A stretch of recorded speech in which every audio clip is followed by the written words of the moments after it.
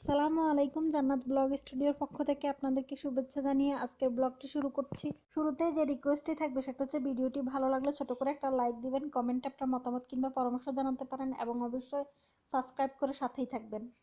শপিংয়ে এসেছি অন্য কারণে, কিন্তু ঢুকতে যেহেতু গার্ডেনিংয়ের সেকশন পড়ে গেছে আর সামনে গার্ডেনিংয়ের সিজনও চলে আসছে, তাই ভাবছি একটু ঘুরে দেখি আর আপনাদেরকেও দেখাই। তো চলুন দেখা যাক।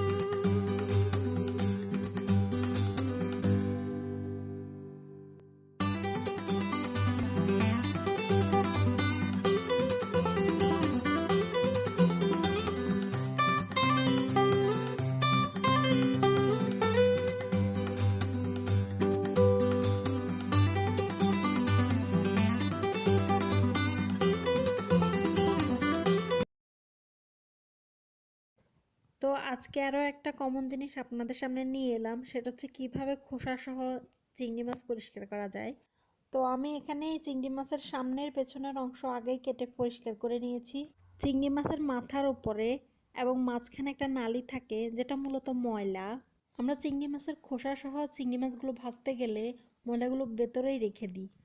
না জানলে ঠিক আছে, ময়লা সহ খেয়ে ফেলবেন, কিন্তু যখন জানবেন যে এগুলো ময়লা তখন কিন্তু আর খাবেন না, ঘিন ঘিন লাগবে। তো আমি এখানে একটা কেচি নিয়েছি। কেচির সামনের সরু এই অংশ দিয়ে হালকা করে খোঁচা দিলে চিংড়ি মাছের মাথার অংশের এই ময়লাগুলো চলে আসে। এই যে দেখতে পাচ্ছেন বেরোচ্ছে, এই অংশটাকে হাত দিয়ে টেনে বের করে ফেলে দিতে হবে। এটা টুথপিক দিয়েও করা যায়, আমি করে দেখাচ্ছি। প্রথমে চিংড়ি মাছটাকে এভাবে মুঠি চেপে ধরতে হবে। দেখতে পাচ্ছেন এখানে একটা ফাঁকা জায়গা আছে।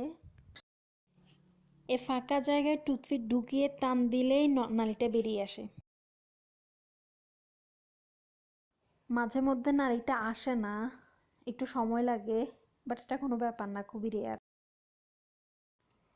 তো এই তো দেখতে পাচ্ছেন আমি এখন টান দিয়ে নালিটা বের করে ফেলছি। ইটস লাইক এ সার্জারি, হ্যাঁ। দেখছেন কত বড় ডাক্তার আমি। সো নাও মাছের ভেতরের ময়লাটা আর থাকলো না। খোসা সহ ওই চিংড়ি মাছ নিশ্চিন্তে খেতে পারবেন।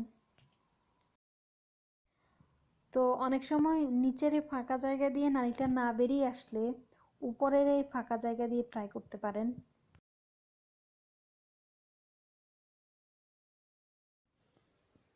না, এখান দিয়ে আসলে বেরোচ্ছে না, মনে হয় এটা পরিষ্কার মাছ। তো আমি আরেকটা করে দেখাচ্ছি।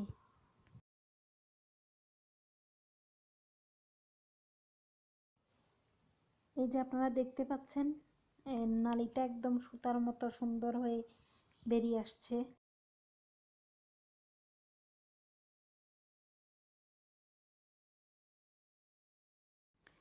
তো আমি এখন বাকি মাছগুলোও পরিষ্কার করে নেব এবং তারপরে আপনাদেরকে দেখাবো।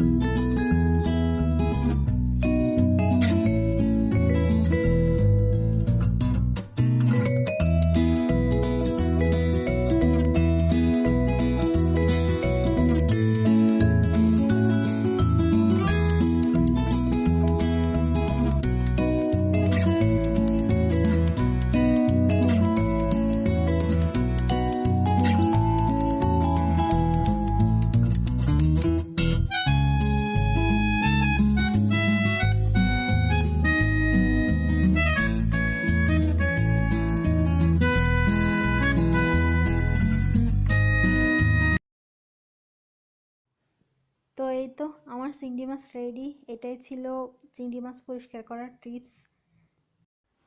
তো বিকেলে আমরা একটু হাঁটতে বেরিয়েছিলাম। এটা হচ্ছে আমার মেয়ে। ওর ফুল নেম হচ্ছে মাহরিনুল জান্নাত। আমরা ওকে মানবী বলে ডাকি। তবে আমার কোনো ঠিক নেই, যখন যেটা ভালো লাগে মাহরিন, জান্নাত, মানবী সবই ডাকি। আমার মেয়েটা সুইং খুব এনজয় করে, বসলে আর আসতেই চায় না। তো সবাই দোয়া করবেন আমার মেয়ের জন্য, ও যেন এই সুন্দর পৃথিবীতে সুন্দর জীবন নিয়ে বাঁচতে পারে।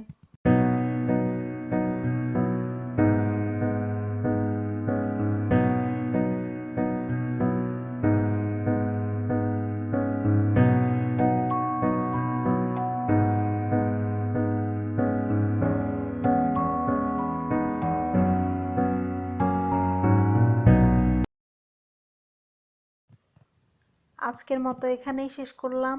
সবাই ভালো থাকবেন, আমাদের জন্য দোয়া করবেন। আল্লাহ হাফেজ।